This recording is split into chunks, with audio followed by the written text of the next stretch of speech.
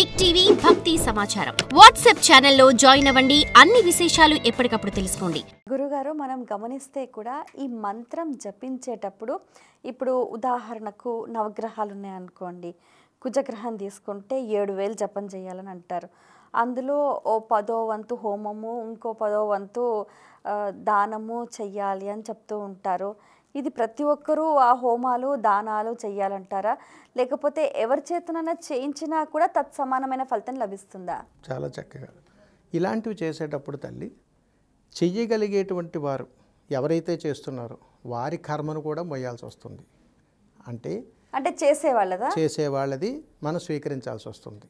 అంటే మనకి ఏదైనా అనారోగ్యం వచ్చింది, మనం ఎక్కడైనా హాస్పిటల్కి వెళ్ళాం, యోగ్యత కానటువంటి వైద్యుడి దగ్గరికి వెళితే ఈ దేహం పరిస్థితి ఏమిటి మీరే ఆలోచించండి.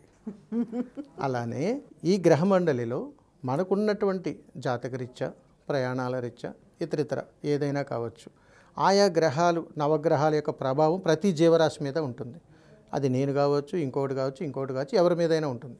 ఇది నాకు కుదరనటువంటి పక్షంలో నవగ్రహ మంత్రాన్ని మనసులో స్మరించుకోగలిగితే చాలు తల్లి. ఇది ఆదిత్యాయ సోమాయ మంగళాయ బుధాయ చ గురు శుక్రశనం జస్టి అహవే కేతువే నమః. అద్భుతముగా ఎవరి మీద మనం భారం వేయక్కర్లేదు.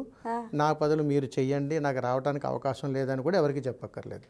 ఇది ఒక్కటి చదువుకుంటే చాలు. ఏ కర్మను మనం వేయక్కర్లేదు. అంటే స్మరణానుభూతి పొందాలి.